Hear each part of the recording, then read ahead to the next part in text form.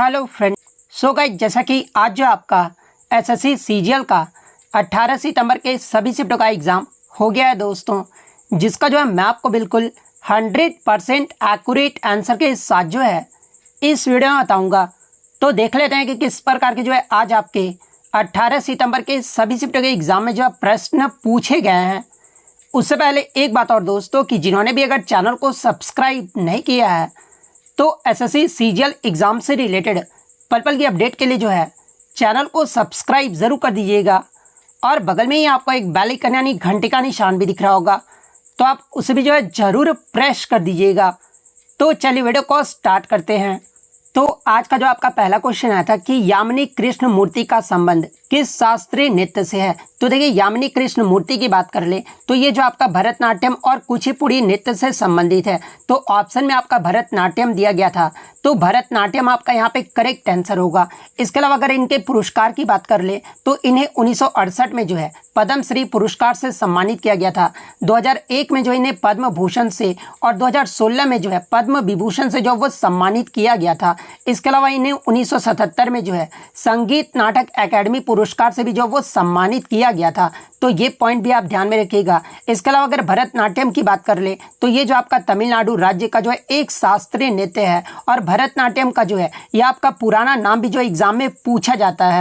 तो देखिए, भरतनाट्यम का जो पुराना नाम है ना, इसे आपका सादिर अट्टम या फिर दासी अट्टम के नाम से भी जो वो जाना जाता था, और 1932 के बाद जो है इसे भरतनाट्यम का नाम जो वो दिया गया है। तो ये पॉइंट भी आप ध्यान में रखिएगा। और भरतनाट्यम जो है ये आपका किस प्रकार का जो वो नृत्य है, तो ये जो आपका एकल स्त्री नृत्य है। तो ये पॉइंट भी आप ध्यान में रखिएगा। इसके अलावा भरतनाट्यम के अन्य प्रमुख कलाकारों की अगर मैं बात कर लूँ, जैसे कि पद्म सुब्रमण्यम, अलारमेल वल्ली, अनीता रत्नम, टी बाला सरस्वती, शांता रॉय, मृणालिनी साराभाई, मल्लिका साराभाई, मीनाक्षी सुंदरम पिल्लई, यामिनी कृष्ण मूर्ति, कमला, इसके अलावा कमला वैजंती माला, सोनल मान सिंह, संयुक्ता पाणिग्राही और रुक्मणी देवी अरुंडेल, इसके अलावा स्वप्न सुंदरी, इन सभी का जो संबंध है ना, ये आपके भरतनाट्यम नृत्य से है। और वहीं अगर कुचिपुड़ी के बारे में पूछा जाए तो देखिए, ये जो आपका कुचिपुड़ी है ना, ये आपका आंध्र प्रदेश राज्य का जो है एक शास्त्रीय नृत्य है। तो ये फैक्ट भी आप ध्यान में रखिएगा। नेक्स्ट क्वेश्चन आपका यहाँ पर आता है कि इनमें से किसे जो है 2008 में भारत रत्न से जो वो सम्मानित किया गया था। तो देखिए, मैं आपको हर बार बताते आया हूँ कि 2008-9 में पंडित भीमसेन जोशी को जो है भारत रत्न से सम्मानित किया गया था। तो पंडित भीमसेन जोशी आपका यहाँ पे करेक्ट आंसर होगा। इसके अलावा एग्जाम में इनका जो है घराना भी जो वो पूछा जाता है। तो देखिए, पंडित भीमसेन जोशी जो है ना, ये आपके हिंदुस्तानी शास्त्रीय संगीत के जो है ये आपके किराने घराने से जो है ये आपके ताल्लुकात जो वो रखते थे। तो ये पॉइंट भी आप ध्यान में रखिएगा। इससे प्रीवियस शिफ्ट में आपसे यहाँ से पूछा गया था कि आपका 2002 में जो है महाराष्ट्र भूषण पुरस्कार से जो ये किससे सम्मानित किया गया था। तो पंडित भीमसेन जोशी को ही जो है वो सम्मानित किया गया था। इनके अलावा इनके अगर अन्य पुरस्कार की बात कर ले तो इन्हें 1972 में जो है पद्मश्री अवार्ड से सम्मानित किया गया था। 1985 में पद्म भूषण से सम्मानित किया गया था। संगीत नाटक अकादमी फेलोशिप से जो है इन्हें 1998 में सम्मानित किया गया था। 1999 में जो है इन्हें पद्म विभूषण से जो वो सम्मानित किया गया था। और महाराष्ट्र भूषण से जो है 2002 में इन्हें सम्मानित किया गया था। और कर्नाटक रत्न से जो है इन्हें 2005 में जो वो सम्मानित किया गया था। तो ये सारे फैक्ट जो आपको ध्यान में रखना है। नेक्स्ट क्वेश्चन आपका यहाँ पर आता है कि 2023 में खेलो इंडिया यूथ गेम्स का जो 5वां संस्करण है ना, ये आपका कहाँ पर आयोजित किया गया था। कुछ बच्चों ने बताया कि थर्ड खेलो इंडिया यूथ गेम्स के बारे में पूछा गया था। तो देखिए, सबसे पहले मैं आपको बता दूं कि अगर थर्ड खेलो इंडिया यूथ गेम्स के बारे में पूछा गया था ना, तो ये आपका 2020 में जो है ये आपका असम गुवाहाटी में जो है ये आपका आयोजित किया गया था। तो थर्ड खेलो इंडिया यूथ गेम्स में अगर पूछा गया था तो असम गुवाहाटी आपका करेक्ट आंसर होगा। लेकिन कुछ बच्चों ने बताया कि 2023 में खेलो इंडिया यूथ गेम्स का जो 5वां संस्करण है ना, ये कहाँ आयोजित किया गया था। तो ये आपका मध्य प्रदेश के जो है 8 शहरों में आयोजित किया गया था। तो फिर आपका मध्य प्रदेश जो वो आपका करेक्ट आंसर होगा। वहीं अगर बात कर ले खेलो इंडिया यूथ गेम्स की 5वें संस्करण 2023 में जो है पदक तालिका में पहले स्थान पे आपका कौन सा राज्य रहा था। तो ये आपका महाराष्ट्र रहा था। महाराष्ट्र के द्वारा जो है टोटल आपके 161 पदक जो वो जीते गए थे। दूसरे स्थान पे जो आपका हरियाणा राज्य रहा था, और तीसरे स्थान पे जो ये आपका मध्य प्रदेश राज्य रहा था। तो ये तो हो गया आपका 5वां संस्करण के बारे में। इसके अलावा मैं आपको बता दूं कि आपका खेलो इंडिया यूथ गेम्स का जो है 6वां संस्करण भी जो वो आपका आयोजित किया जा चुका है, जो कि आपका 2024 में जो है ये आपका तमिलनाडु राज्य में जो वो आयोजित किया गया है। और तमिलनाडु के कितने शहरों में आयोजित किया गया था, तो ये आपका 4 शहरों में जो है वो आयोजित किया गया था। और इससे प्रीवियस शिफ्ट में आपसे पूछा गया था कि खेलो इंडिया यूथ गेम्स का 6वां जो संस्करण हुआ था ना तमिलनाडु में, इसमें जो आपके कितने खेलों को जो वो शामिल किया गया था। तो देखिए इसमें आपके टोटल 26 खेलों को जो है वो शामिल किया गया था। तो ये पॉइंट भी आप ध्यान में रखिएगा। इसके अलावा मैं आपको बता दूं कि खेलो इंडिया यूथ गेम्स का जो पुराना नाम एग्जाम में पूछा जाता है, तो देखिए इसका जो पहला संस्करण जो आयोजित किया गया था ये आपका 2018 में नई दिल्ली में आयोजित किया गया था। लेकिन उस समय जो गेम का नाम था ना वो आपका खेलो इंडिया स्कूल गेम्स था। और खेलो इंडिया स्कूल गेम्स का नाम बदलकर ये जो आपका खेलो इंडिया यूथ गेम्स ये जो है कब किया गया था, तो देखिए इसका नाम बदलकर जो है 2019 में ये आपका खेलो इंडिया यूथ गेम्स जो है वो कर दिया गया था। और 2019 का जो आपका दूसरा संस्करण हुआ था खेलो इंडिया यूथ गेम्स का, ये कहां पर हुआ था, तो ये आपका पुणे में आयोजित किया गया था। तीसरा तो मैंने आपको बता दिया असम गुवाहाटी में आयोजित किया गया था। और चौथा की बात कर ले तो ये आपका 2021 में नहीं हुआ था कोविड-19 की वजह से। और ये जो आपका 2022 में आयोजित किया गया था जो कि आपका हरियाणा के पंचकुला में आयोजित किया गया था। तो ये सारे फैक्ट जो आप ध्यान में रखिएगा। और कुछ बच्चों ने बताया कि प्रश्न ये पूछा गया था कि खेलो इंडिया यूनिवर्सिटी गेम्स, देखिए खेलो इंडिया यूथ गेम्स अलग होता है और खेलो इंडिया यूनिवर्सिटी गेम्स आपका अलग होता है। तो खेलो इंडिया यूनिवर्सिटी गेम्स 2022 का आयोजन है ना ये कहाँ पर किया गया था, तो देखिए अगर ये प्रश्न पूछा गया था तो देखिए खेलो इंडिया यूनिवर्सिटी गेम्स 2022 का जो आयोजन है ना ये आपके उत्तर प्रदेश के वाराणसी में जो वो किया गया था। तो अगर ये पूछा गया था तो उत्तर प्रदेश का वाराणसी आपका करेक्ट आंसर होगा। और खेलो इंडिया यूनिवर्सिटी गेम्स का पहला जो संस्करण है ये कब आयोजित किया गया था, तो ये आपका 2020 में आयोजित किया गया था। और कहां पर आयोजित किया गया था, तो ये आपका Kalinga institute of industrial technology Orissa में जो है ये आपका आयोजित किया गया था। तो ये सारे फैक्ट जो आपको ध्यान में रखना है। नेक्स्ट क्वेश्चन आपका यहाँ पर आता है कि पांड्य वंश की जो है राजधानी जो है वो पूछा गया था। तो देखिए पांड्य वंश की जो राजधानी थी ना ये मदुरै थी। तो मदुरै आपका यहाँ पे करेक्ट आंसर होगा। नेक्स्ट क्वेश्चन आपका यहाँ पर आया था कि 1989 में किस समिति ने जो है स्थानीय शासन के निकायों को जो है संवैधानिक दर्जा प्रदान करने की सिफारिश की थी। तो देखिए 1989 में जो है ये आपके पीके थुंगन समिति ने जो है स्थानीय शासन के निकायों को जो है संवैधानिक दर्जा प्रदान करने की जो वो सिफारिश की थी। तो पीके थुंगन समिति आपका करेक्ट आंसर होगा। नेक्स्ट क्वेश्चन आपका यहाँ पर आया था कि महिलाओं को आर्थिक रूप से मजबूत बनाने के लिए जो है कौन सा समूह जो वो बनाया गया है। तो देखिए महिलाओं को आर्थिक रूप से मजबूत बनाने के लिए जो है ये आपका सेल्फ हेल्प ग्रुप्स यानी स्वयं सहायता समूह जो वो बनाया गया है। तो स्वयं सहायता समूह आपका करेक्ट आंसर होगा। और देखिए इस ग्रुप में आपका जो है समूह महिलाओं की वित्तीय निर्णय लेने की जो वो क्षमता प्रदान की जाती है, सामाजिक नेटवर्क और संपत्ति के स्वामित्व में जो है सुधार करके उन्हें आर्थिक, सामाजिक और राजनीतिक रूप से जो है वो मदद कर सकते हैं। तो ये पॉइंट भी आप ध्यान में रखिएगा। नेक्स्ट क्वेश्चन आपका यहाँ पर आता है कि पोषण 2 योजना का जो है मुख्य उद्देश्य क्या है। तो देखिए पोषण 2.0 का जो आपका मेन ऑब्जेक्टिव है ना वो आपका देश में मानव पूंजी विकास में जो है योगदान देना, इसके अलावा कुपोषण की चुनौतियों को जो वो समाधान करना और अस्थायी स्वास्थ्य और खुशहाली के लिए जो है ये आपका पोषण जागरूकता प्रदान करना और अच्छी खान पान की आदतों को जो वो बढ़ावा देना, ये जो आपका पोषण 2.0 योजना का जो वो मुख्य उद्देश्य है। तो इन्हीं में से आपका कोई ऑप्शन में दिया गया होगा, तो इनमें से जो भी ऑप्शन में दिया गया होगा वो आपका यहाँ पे करेक्ट आंसर होगा। नेक्स्ट क्वेश्चन आपका यहाँ आता है कि which is mono atomic element यानी एकल एक परमाणु तत्व जो है इनमें से कौन सा है। तो देखिए सबसे पहले हम लोग ये जान लेते हैं कि आपका मोनो एटॉमिक एलिमेंट होता क्या है। तो देखिए ऐसे एलिमेंट जो आपके जो है सिंगल एटम से जो वो बने होते हैं यानी आपका आणविक रूप से जो है ये आपके एकल परमाणु से जो वो बने होते हैं उन्हें जो आपका मोनो एटॉमिक जो वो कहा जाता है, मोनो एटॉमिक एलिमेंट जो वो कहा जाता है। और एग्जाम्पल के तौर पर अगर बात कर ले तो हीलियम जो है ना ये आपका एक मोनो एटॉमिक एलिमेंट है। तो हीलियम आपका यहाँ पे करेक्ट आंसर होगा। इसके अलावा मैं आपको बता दूं कि आपके उत्कृष्ट गैस जो आपके इनर्ट गैस होते हैं ना वो भी आपके मोनो एटॉमिक एलिमेंट ही होते हैं, जैसे कि आपका नियोन, आर्गन, क्रिप्टॉन, जिनोन और रेडॉन, ये सभी जो होते हैं ना ये आपके मोनो एटॉमिक एलिमेंट होते हैं। वहीं अगर डाई एटॉमिक की बात कर ले तो देखिए डाई एटॉमिक जो एलिमेंट होते हैं ना यानी डाइएटॉमिक एलिमेंट ये जो है किसे कहा जाता है। तो देखिए 2 या 2 से अधिक परमाणुओं के समूह से बने तत्वों को जो है ये आपका डाइएटॉमिक जो है वो कहा जाता है। और एग्जांपल के तौर पे अगर बात कर ले डाइएटॉमिक एलिमेंट के बारे में तो ये आपका हाइड्रोजन हो गया, ऑक्सीजन हो गया और क्लोरीन हो गया, ये सभी जो आपके डाइएटॉमिक एलिमेंट है। तो ये फैक्ट भी आप ध्यान में रखिएगा। नेक्स्ट क्वेश्चन आपका यहाँ पर आता है कि विच रिलीजन सेलिब्रेट ईस्टर फेस्टिवल, यानी ईस्टर जो त्यौहार है ना ये किस धर्म का त्यौहार है। तो देखिए ये जो आपका ईस्टर जो त्यौहार है ना ये आपका ईसाई धर्म का जो वो त्यौहार है और ये जो आपका किस लिए मनाया जाता है। तो देखिए यीशु मसीह के उत्थान में विश्वास के रूप में जो है इस त्यौहार को जो वो मनाया जाता है, तो ईसाई धर्म आपका करेक्ट आंसर होगा। नेक्स्ट क्वेश्चन आपका यहाँ पर आता है कि अशोक के कौन से शिलालेख में जो है कलिंग युद्ध के बारे में जो वो जिक्र किया गया है। तो देखिए अशोक के 13वें शिलालेख में जो है कलिंग युद्ध का जो जिक्र है वो किया गया है और 13वें शिलालेख के मुताबिक ही जो है आपका बताया गया था कि अशोक ने अपने राज्य अभिषेक के 8वें साल में जो वो कलिंग युद्ध जो वो लड़े थे। एग्जाम में यहाँ से भी प्रश्न पूछा जाता है कि अशोक अपने राज्य अभिषेक के कितने वर्षों के बाद जो ये कलिंग युद्ध लड़े थे। तो ये आपके 8वें साल के बाद जो है ये कलिंग के युद्ध जो वो लड़े थे और कलिंग का युद्ध जो है ये कब हुआ था। तो ये आपका 262-261 ईसा पूर्व में जो वो लड़ा गया था। तो ये फैक्ट भी आप ध्यान में रखिएगा। तो 13वां शिलालेख आपका करेक्ट आंसर होगा। नेक्स्ट क्वेश्चन आपका यहाँ पर आता है कि which is a spiral bacteria, यानी सर्पिल आकार का जो बैक्टीरिया है ना इनमें से कौन सा है।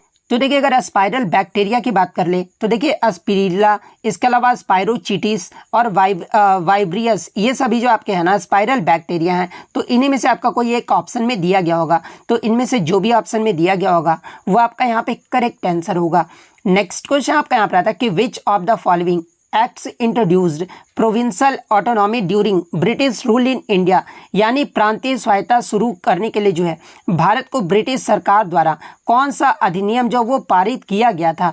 तो देखिए प्रांतीय स्वायत्ता शुरू करने के लिए जो है भारत की ब्रिटिश सरकार द्वारा जो है यह आपका 1935 का भारत सरकार अधिनियम जो वो पारित किया गया था। तो 1935 का भारत सरकार अधिनियम आपका करेक्ट आंसर होगा। नेक्स्ट क्वेश्चन आपका यहाँ पर आता है कि हरिवर्षनम जो पुरस्कार है ना ये किस राज्य के द्वारा जो वो दिया जाता है। तो देखिए ये जो आपका हरिवर्षनम जो पुरस्कार है ना ये आपका केरल राज्य सरकार के द्वारा जो वो दिया जाता है। तो केरल आपका करेक्ट आंसर होगा। इसके अलावा इस पुरस्कार के तहत जो है जो भी पुरस्कार जो प्राप्तकर्ता होते हैं उन्हें जो आपका 1 लाख रुपए का जो नगद पुरस्कार, इसके अलावा प्रशस्ति पत्र और प्रतीक चिन्ह भी जो है वो दिया जाता है। और ये जो पुरस्कार की शुरुआत है ना ये आपका 2012 में केरल सरकार के द्वारा जो इसे शुरू किया गया था। और इसका जो पहला जो पुरस्कार जो ये किसे प्रदान किया गया था तो ये आपके येसुदास को जो वो प्रदान किया गया था। तो ये फैक्ट भी आप ध्यान में रखिएगा। नेक्स्ट क्वेश्चन आपका यहाँ पर आता है कि बुझे हुए चूने का जो है रासायनिक नाम जो वो पूछा गया था।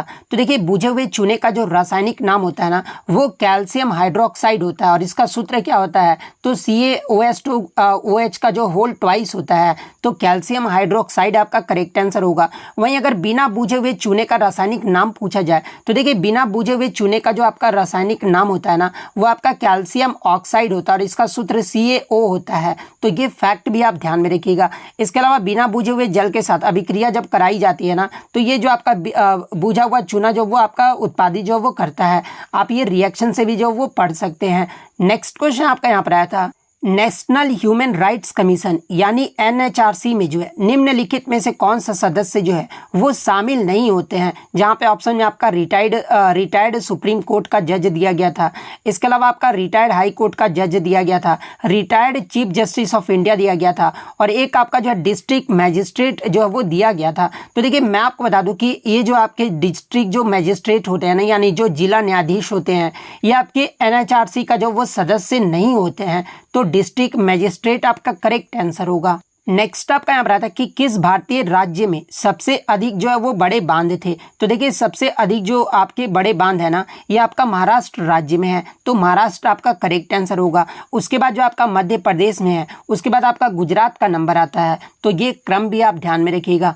नेक्स्ट क्वेश्चन आपका यहाँ पर आता है कि 2011 की जनगणना के अनुसार भारत का कौन सा जिला जो है सबसे अधिक आबादी वाला है, यानी आपका पॉपुलेशन में पूछा गया था। तो देखिए 2011 की जनगणना के अनुसार भारत का जो आपका महाराष्ट्र का जो ठाणे जिला है ना यह आपका सबसे अधिक आबादी वाला जो वो जिला है। तो ठाणे आपका यहाँ पे करेक्ट आंसर होगा। इसके अलावा अगर सबसे कम आबादी वाला जिला पूछा जाए तो देखिए 2011 की जनगणना के अनुसार अरुणाचल प्रदेश का जो दिव्यांग घाटी है ना ये भारत का सबसे कम आबादी वाला जिला है। तो ये पॉइंट भी आप ध्यान में रखिएगा। वहीं अगर उच्चतम लिंगानुपात यानी सबसे अधिक सेक्स रेशियो वाला जिला अगर पूछा जाए तो ये आपका पुदुचेरी के माहे जिला है। पुदुचेरी के माहे जिला का जो लिंगानुपात है ना, ये आपका प्रति 1000 पुरुषों पर जो है 1176 महिलाएं हैं। तो ये आपका ये ध्यान में रखना है कि आपका लिंगानुपात में ये जो आपको यहाँ मैं बता रहा हूँ वो आपका जिले के अकॉर्डिंग बता रहा हूँ। अगर राज्य के केस में पूछा जाए तो देखिए उच्चतम लिंगानुपात वाला जो राज्य है ना, ये आपका केरल राज्य है।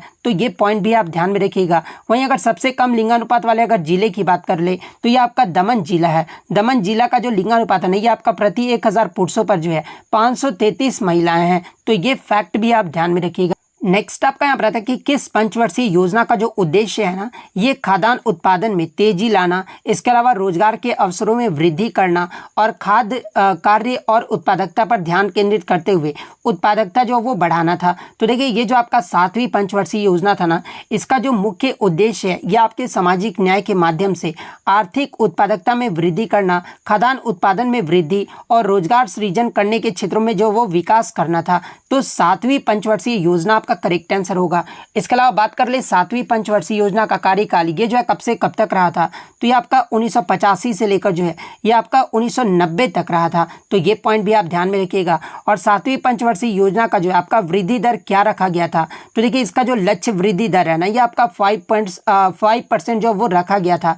लेकिन जो वास्तविक विकास दर जो तय किया गया था ना, वो आपका 6.01% जो वो तय किया गया था। यानी ये जो पंचवर्षीय योजना रहा था वो आपका सफल रहा था। और इसमें आपका प्रति व्यक्ति आय की जो वृद्धि दर है ना, ये आपका 3.7% रहा था। तो ये फैक्ट भी आप ध्यान में रखिएगा। नेक्स्ट आपका यहाँ पर आता है कि अलकनंदा और भागीरथी जो है ये कहाँ पर मिलती है। तो देखिए अलकनंदा और भागीरथी नदी जो है ना, ये आपका देवप्रयाग में मिलती है। तो देवप्रयाग आपका करेक्ट आंसर होगा। इसके अलावा पंचप्रयाग के बारे में एग्जाम में पूछा जाता है। तो देखिए उत्तराखंड के पंचप्रयाग आपके कौन कौन से हैं, तो एक तो आपका विष्णु प्रयाग हो गया। और विष्णु प्रयाग में आपका कौन कौन सी नदी मिलती है, इसका विष्णु प्रयाग में आपका कौन सा नदियों का संगम होता है, तो ये आपका अलकनंदा और धौलीगंगा नदी का जो संगम है ना, ये आपका विष्णु प्रयाग में होता है। सेकंड बात कर ले नंद प्रयाग के बारे में, तो देखिए नंद प्रयाग में जो है ये आपका अलकनंदा और नंदाकिनी नदी का जो वो संगम होता है।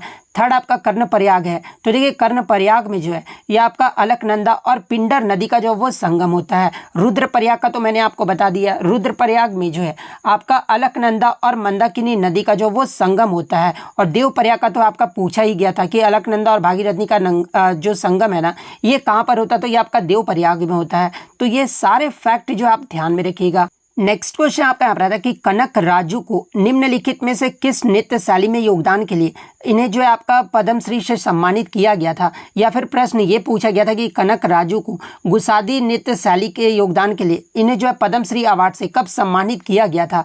तो देखिए कनक राजू को जो है गुसादी नृत्य शैली में योगदान के लिए जो है इन्हें 2021 में पद्मश्री अवार्ड से जो वो सम्मानित किया गया था। तो अगर ईयर पूछा गया था तो 2021 आपका करेक्ट आंसर होगा। और नृत्य शैली अगर पूछा गया था तो फिर आपका गुसादी नृत्य जो आपका यहाँ पे करेक्ट आंसर होगा। एक क्वेश्चन जो आपका बच्चों द्वारा अस्पष्ट रूप से मुझे मिला था कि प्रेस इंफॉर्मेशन ब्यूरो जो है ये आपका गवर्नमेंट के किस पार्ट में है, जहां पे ऑप्शन में आपका लेजिस्लेचर, जुडिशियरी, एग्जीक्यूटिव और विजिलेंस जो वो दिया गया था। तो देखिए मेरे अकॉर्डिंग जो इसका आंसर होना चाहिए ना कि प्रेस इंफॉर्मेशन जो ब्यूरो है ना, ये सरकार की विजिलेंस यानी सतर्कता का जो ये पार्ट है में है। तो अगर ऑप्शन में आपका विजिलेंस दिया गया था तो विजिलेंस आपका यहाँ पे करेक्ट आंसर होगा। एक जो आपको मैं बता दूं कि आपका फुटबॉल से जो वो प्रश्न पूछा गया था कि फुटबॉल 2021 में जो है पेले का जो रिकॉर्ड है ना, ये किसने तोड़ा था। तो देखिए फुटबॉल 2021 में जो है पेले का जो रिकॉर्ड है ना, ये भारत के सुनील छेत्री ने जो वो तोड़ा था। तो ऑप्शन में आपका सुनील छेत्री दिया गया था, तो सुनील छेत्री आपका यहाँ पे करेक्ट आंसर होगा। नेक्स्ट क्वेश्चन आपका यहाँ पर आता है जो कि आपका ये सेकंड शिफ्ट में आता है कि हरित क्रांति 1960 के दशक में फसल उत्पादन में जो है किस प्रकार की वृद्धि का जो वो दौर रहा था। तो देखिए हरित क्रांति 1960 के दशक में फसल उत्पादन में जो है ये आपका अनएक्सपेक्टेड एंड रिवोल्यूशनरी इंक्रीजेज रहा था। यानी आपका अप्रत्याशित एवं क्रांतिकारी जो वो वृद्धि जो वो देखने को मिला था। तो ऑप्शन में आपका जो है अप्रत्याशित दिया गया था, यानी अनएक्सपेक्टेड दिया गया था। तो अप्रत्याशित आपका यहाँ पे करेक्ट आंसर होगा। इसके अलावा अगर ग्रीन रिवॉल्यूशन की बात कर ले तो देखिए भारत में हरित क्रांति के कारण जो है कृषि उत्पादन में सबसे ज़्यादा जो वो वृद्धि हुआ था। और कृषि उत्पादन में भी जो सबसे ज़्यादा वृद्धि है ना, ये आपके खास तौर पर गेहूं और चावल के उत्पादन में सबसे ज़्यादा जो वृद्धि है वो देखने को मिला था। तो ये फैक्ट भी आप ध्यान में रखिएगा। नेक्स्ट क्वेश्चन आपका यहाँ पर आता है कि पूरी रथ यात्रा में भगवान कृष्ण और इनके बहन सुभद्रा के अलावा किनको जो है इनका जो रथ यात्रा वो निकाला जाता है? तो देखिए उड़ीसा में जगन्नाथ पुरी की रथ यात्रा में जो है श्री कृष्ण के साथ इनके भाई बलराम, जिन्हें बलभद्र भी जो है वो कहा जाता है, और बहन सुभद्रा का जो रथ यात्रा जो वो निकाला जाता है। तो ऑप्शन में आपका बलभद्र यानी बलराम जो वो दिया गया था, तो बलभद्र आपका यहाँ पे करेक्ट आंसर होगा। इसके अलावा मैं आपको बता दूं कि भगवान जगन्नाथ यानी भगवान श्री कृष्ण के रथ को जो है क्या कहा जाता है, तो ये आपका नंदी घोष वो कहा जाता है। तो ये पॉइंट भी आप ध्यान रखिएगा। वहीं भगवान बलभद्र के रथ को जो है ये क्या कहा जाता है, तो देखिए भगवान बलभद्र के रथ को जो है ये आपका ताल ध्वज जो वो कहा जाता है, और इसमें आपके ध्वज पर तार का पेड़ जो वो अंकित रहता है, और इसमें आपके जो वो 14 पहिए होते हैं। इसके अलावा सुभद्रा के रथ को जो है ये क्या कहा जाता है, तो देखिए सुभद्रा के रथ को जो है ये आपका दर्प दलन के नाम से जो है वो जाना जाता है, और दर्प दलन का जो शाब्दिक अर्थ होता है वो क्या होता है, तो ये आपका अभिमान को कुचलने वाला होता है। तो ये फैक्ट भी आप ध्यान में रखिएगा। नेक्स्ट क्वेश्चन आया था कि ठुमरी गायिका गिरिजा देवी जो है ये किस राज्य से संबंधित है? तो देखिए गिरिजा देवी की बात कर ले तो इनका जो जन्म है ना, ये आपका 8 मई 1929 को जो है ये आपका वाराणसी में हुआ था, और वाराणसी जो है ये आपका किस राज्य के अंतर्गत आता है, तो ये आपका उत्तर प्रदेश में आता है। और गिरिजा देवी जो है ये आपका किस राज्य से संबंधित है, तो ये आपका उत्तर प्रदेश राज्य से संबंधित है। तो उत्तर प्रदेश आपका यहाँ पे करेक्ट आंसर होगा। इसके अलावा मैं आपको बता दूं कि गिरिजा देवी को जो है ये आपके ठुमरी की रानी भी जो है इन्हें कहा जाता है। तो ये पॉइंट भी आप ध्यान रखिएगा। और इनका घराना एग्जाम में पूछा जाता है, गिरिजा देवी ये जो आपका किस घराने से संबंधित है, तो ये आपका सेनिया और बनारस घराने से संबंधित है। तो ये पॉइंट भी आप ध्यान में रखिएगा।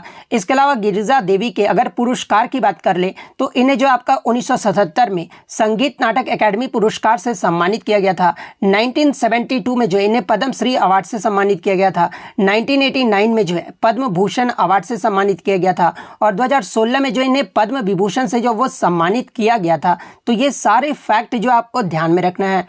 नेक्स्ट क्वेश्चन आपका यहाँ पर आता है कि in which 5 year plan was the drought prone area programme यानी डीपीएपी स्टार्टेड, यानी भारत में सूखा संभावित क्षेत्र जो कार्यक्रम है ना, ये किस पंचवर्षीय योजना में जो इसे शुरू किया गया था?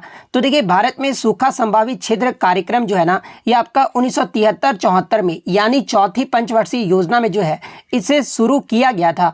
तो चौथी पंचवर्षीय योजना आपका करेक्ट आंसर होगा। इसके अलावा अगर बात कर ले डीपीएपी का शुरू करने का जो मकसद था वो क्या था, तो देखिए इस कार्यक्रम को शुरू करने का जो मकसद था ना, वो आपका सूखा संभावित क्षेत्रों में जो है लोगों को रोजगार देना और उत्पादन के साधनों का जो वो विकास करना था। तो ये पॉइंट भी आप ध्यान में रखिएगा। और चौथी पंचवर्षीय योजना का कार्यकाल ये जो है कब से कब तक रहा था, तो ये आपका 1969 से लेकर जो 1974 तक रहा था। और इस योजना के जो आपके 2 मुख्य उद्देश्य थे, और वो 2 मुख्य उद्देश्य कौन कौन से थे, तो देखिए पहला आपका स्थिरता के साथ विकास, और दूसरा जो आपका आत्मनिर्भरता की प्रगतिशील उपलब्धि करना था। तो ये फैक्ट भी आप ध्यान में रखिएगा।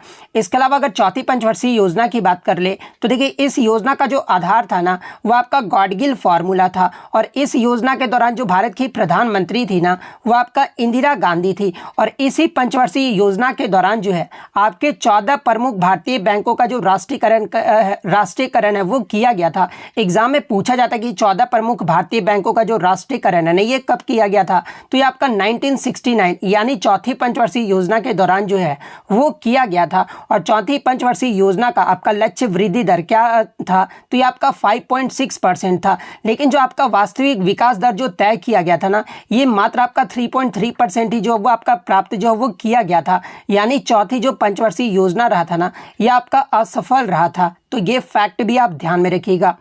नेक्स्ट क्वेश्चन आपका यहाँ पर आता है कि लोकनायक के नाम से ये जो है किसे जाना जाता है? कुछ बच्चों ने बताया कि लोकनायक के बारे में पूछा गया था, और कुछ बच्चों ने बताया कि लोकमान्य के बारे में पूछा गया था। तो देखिए मैं दोनों क्वेश्चन को जो है यहाँ पर डिस्कस करने वाला हूँ। तो देखिए अगर लोकनायक के बारे में पूछा गया होगा ना, तो देखिए लोकनायक के नाम से जो है ये आपके जयप्रकाश नारायण को जो है वो जाना जाता है। तो जयप्रकाश नारायण आपका करेक्ट आंसर होगा। और देखिए जयप्रकाश नारायण जी को जो है भारत छोड़ो आंदोलन का नायक भी जो वो कहा जाता है। और इन्हें जयप्रकाश नारायण जी को जो है आपका 1965 में समाज सेवा के लिए जो है इन्हें मैग्सेसे पुरस्कार से भी जो वो सम्मानित किया गया था और इन्हें 1999 में जो है मरणोपरांत भारत रत्न से भी जो वो सम्मानित किया गया था। और पटना का जो हवाई अड्डा का भी नाम है ना वो इन्हीं के नाम पर जो वो रखा गया है। तो ये सारे फैक्ट जो आप ध्यान में रखिएगा। इसके अलावा प्रमुख व्यक्तियों के लोकप्रिय उपनाम के बारे में एग्जाम में प्रश्न पूछा जाता है, जैसे कि सीमांत गांधी के नाम से ये जो है किसे जाना जाता है, तो ये आपके खान अब्दुल गफ्फार खान को जाना जाता है। राष्ट्रपिता के नाम से महात्मा गांधी जी को जाना जाता है, बापू के नाम से भी महात्मा गांधी को, वयोवृद्ध पुरुष के नाम से जो है ये दादा भाई नौरोजी को जाना जाता है, लौह पुरुष के नाम से जो है ये आपके सरदार वल्लभ भाई पटेल को जाना जाता है, पंजाब केसरी के नाम से जो ये आपका लाला लाजपत राय को जाना जाता है, आंध्र केसरी के नाम से जो ये आपके टी प्रकाशम को जो वो जाना जाता है, शेरे कश्मीर के नाम से जो ये आपके शेख अब्दुल्ला को जो वो जाना जाता है, बंग बंधु के नाम से जो ये आपके शेख मुजीबुर रहमान को जो वो जाना जाता है, देश बंधु के नाम से जो ये आपका चितरंजन दास को जाना जाता है, दीन बंधु के नाम से जो ये आपका CF एंड्रूज को जो वो जाना जाता है। देखिए इन दोनों में बच्चे कंफ्यूज रहते हैं। देश बंधु अगर पूछा जाना तो ये आपका चितरंजन दास को जाना जाता है, वहीं दीन बंधु पूछ ले तो ये आपका CF एंड्रूज को जो वो जाना जाता है। और देखिए कुछ बच्चों ने बताया कि लोकमान्य के बारे में पूछा गया था, तो देखिए लोकमान्य के नाम से जो है ये आपका बाल गंगाधर तिलक को जो वो कहा जाता है। तो अगर लोकमान्य के बारे में पूछा गया था तो फिर आपका बाल गंगाधर तिलक जो वो करेक्ट आंसर होगा। और देखिए गुरुदेव के नाम से जो है ये आपके रविन्द्रनाथ टैगोर को जाना जाता है, राजा जी के नाम से जो है ये आपके चक्रवर्ती राजगोपालचारी को जो है वो जाना जाता है। इसके अलावा अगर अंकल हो के नाम से जो है ये आपके हीची मिन को जो वो जाना जाता है, मैन ऑफ डेस्टिनी के नाम से जो है ये आपके नेपोलियन बोनापार्ट को जो वो जाना जाता है, देश रत्न के नाम से जो है ये आपके डॉक्टर राजेंद्र प्रसाद को जाना जाता है, नेताजी के नाम से जो है आपके सुभाष चंद्र बोस को जाना जाता है, चाचा के नाम से जो ये आपके पंडित जवाहरलाल नेहरू को जाना जाता है। इसके अलावा अगर अन्य उपनाम की बात कर रहे हैं तो देखिए युवा तुर्क के नाम से जो है ये आपके श्री चंद्रशेखर को जाना जाता है, शहीद आजम के नाम से जो है ये आपके भगत सिंह को जाना जाता है, भारत कोकिला के नाम से जो ये सरोजनी नायडू को जाना जाता है, स्वर कोकिला के नाम से जो ये लता मंगेशकर को जाना जाता है। वहीं अगर उड़न परी के बारे में पूछा जाए तो उड़न परी के नाम से जो है ये आपके PT उषा को जो वो जाना जाता है। वहीं अगर विश्व कवि के नाम से जो है ये आपके रविन्द्रनाथ ठाकुर, इसके अलावा आपके जो है कवि गुरु के नाम से भी जो आपके रविन्द्रनाथ ठाकुर को जाना जाता है, सरदार के नाम से जो है ये आपके वल्लभ भाई पटेल को जाना जाता है, हॉकी के जादूगर के रूप में ये आपके मेजर ध्यानचंद को जाना जाता है, फ्यूरर के नाम से जो है ये आपके एडोल्फ हिटलर को जाना जाता है, भारत का शेक्सपियर के नाम से जो है ये आपके महाकवि कालिदास को जाना जाता है, लिटिल कॉपरेल के नाम से जो है ये आपके नेपोलियन बोनापार्ट को जो वो जाना जाता है, और ब्लैक गांधी के नाम से जो है ये आपके मार्टिन लूथर किंग को जो वो जाना जाता है। तो ये सारे फैक्ट जो आपको ध्यान में रखना है।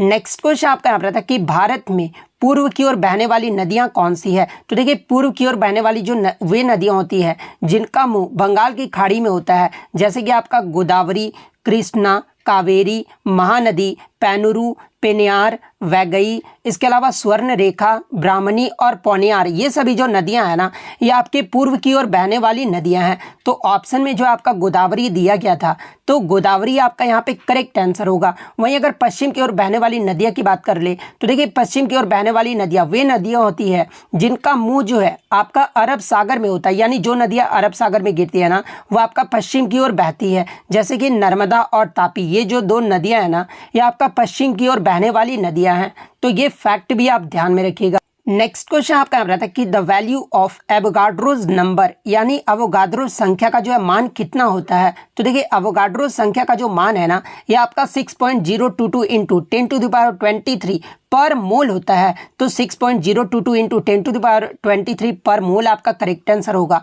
इसके अलावा बात कर ले एवोगाड्रो नंबर को जो है ये आपका किस प्रकार से डिनोट किया जाता है। तो आप देखे होंगे कि इस प्रकार से जो है एवोगाड्रो नंबर को जो वो डिनोट किया जाता है। तो ये सिंबल भी जो आप ध्यान में रखिएगा। इसके अलावा अगर एवोगाड्रो की बात कर ले, यानी सबसे पहले जो आपका एवोगाड्रो संख्या ये किसने जो वो प्रस्तावित किया था।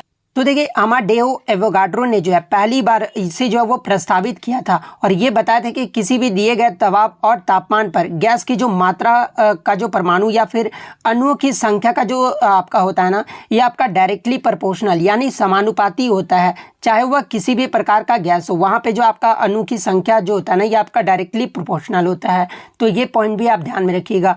नेक्स्ट आपका यहाँ पर आता है कि टोल्कापियम वाज रिटेन बाय, यानी जो आपका टोल्कापियम जो पुस्तक है ना, ये किसके द्वारा जो वो लिखा गया था। तो देखिए टोल्कापियम जो पुस्तक है ना, ये आपके टोल्कापियर के द्वारा जो वो लिखा गया था। तो टोल्कापियर आपका यहाँ पे करेक्ट आंसर होगा। इसके अलावा मैं आपको बता दूं कि ये जो आपका टोल्कापियम है ना, ये तमिल साहित्य कृति में सबसे पुराना जो इसे माना जाता है। तो ये पॉइंट भी आप ध्यान में रखिएगा। और ये जो आपका टोल्कापियम जो पुस्तक है ना, ये आपका 3 पुस्तकों में जो वो बटा हुआ है। और वो 3 पुस्तक कौन कौन सी है? तो पहला जो है ये आपका अच्युतदिकारम, इसके अलावा दूसरा जो है ये आपका सोलादिकारम, और तीसरा जो है ये आपका पुरुलादिकारम। ये 3 पुस्तकों में जो है ये आपका बटा हुआ है।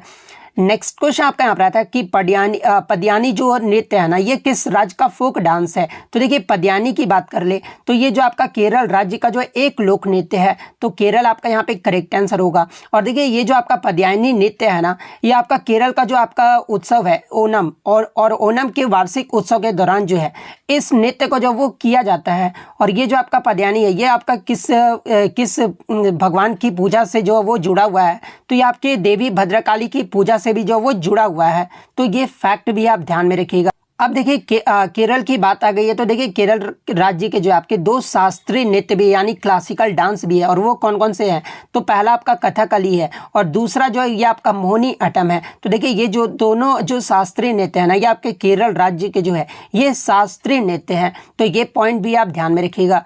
नेक्स्ट क्वेश्चन आपका यहाँ पर था कि टाइम मैगजीन ने साल 2021 में दुनिया के 100 प्रभावशाली लोगों में यानी टॉप 10 इन्फ्लुएंसर लिस्ट में जो है इनमें से किस भारतीय को जो वो शामिल नहीं किया गया था। तो देखिए मैं आपको बता दूं कि टाइम मैगजीन के अकॉर्डिंग वर्ष 2021 में दुनिया के 100 प्रभावशाली आपके इन्फ्लुएंस लिस्ट में जो है आपके 3 भारतीयों को जो वो शामिल किया गया था। और वो 3 भारतीय कौन कौन से थे? तो पहला आपके प्रधानमंत्री नरेंद्र मोदी को जो वो शामिल किया गया था।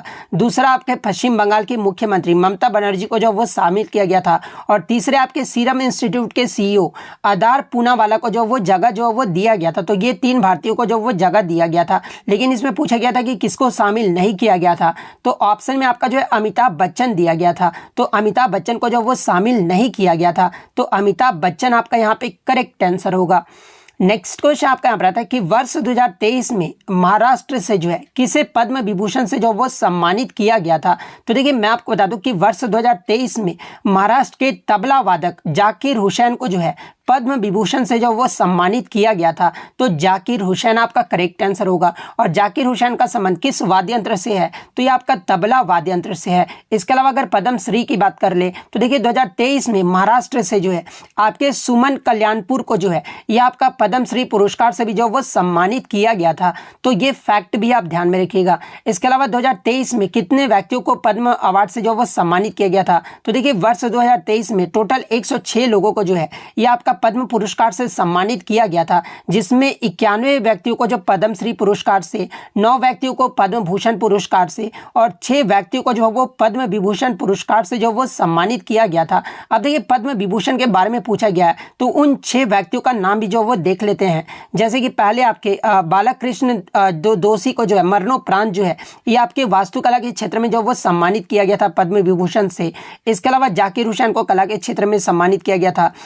इसके अलावा एस.एम. कृष्णा को जो है आपके सार्वजनिक मामलों के क्षेत्रों में जो है इन्हें पद्म विभूषण से सम्मानित किया गया था। श्री दिलीप महालनोबिस को जो है मरणोपरांत इन्हें चिकित्सा के क्षेत्र में जो है पद्म विभूषण से 2023 में जो वो सम्मानित किया गया था। श्रीनिवास वर्धन को जो है विज्ञान और इंजीनियरिंग के क्षेत्र में जो है इन्हें पद्म विभूषण से सम्मानित किया गया था। और मुलायम सिंह यादव को मरणोपरांत जो है इन्हें सार्वजनिक मामले के क्षेत्र में जो है 2023 में पद्म विभूषण से जो वो सम्मानित किया गया था। तो ये 6 व्यक्तियों का नाम जो आपको ध्यान में रखना है। नेक्स्ट क्वेश्चन आपका यहाँ था कि निम्न में से किस साम्राज्य के दौरान जो है एक जिले यानी आहार जो था एक प्रशासनिक इकाई था। तो देखिए सातवाहन वंश में जिलों को जो है यह आपका आहार जो है वो कहा जाता था। और देखिए आहार के शासकों को जो है यह आपका महामात्र और अमात्य भी जो वो कहा जाता था। तो यह आपका आहार जो है यह आपका किस वंश का जो प्रशासनिक इकाई था? तो यह आपका सातवाहन वंश का था। तो सातवाहन वंश आपका करेक्ट आंसर होगा।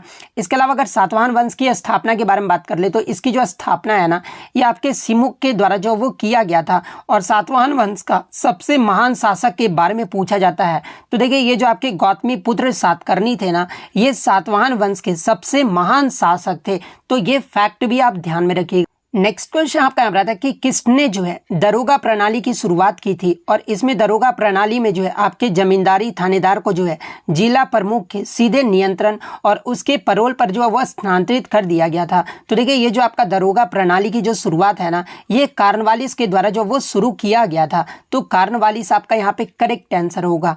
नेक्स्ट क्वेश्चन आपका यहाँ पर आया था कि भारतीय खेल प्राधिकरण यानी स्पोर्ट्स अथॉरिटी ऑफ इंडिया, ये जो आपका किस मंत्रालय के अंतर्गत आता है। तो देखिए ये जो आपका स्पोर्ट्स अथॉरिटी ऑफ इंडिया है ना, ये आपके भारत के युवा कार्यक्रम एवं खेल मंत्रालय के अंतर्गत आता है। तो युवा कार्यक्रम एवं खेल मंत्रालय आपका करेक्ट आंसर होगा।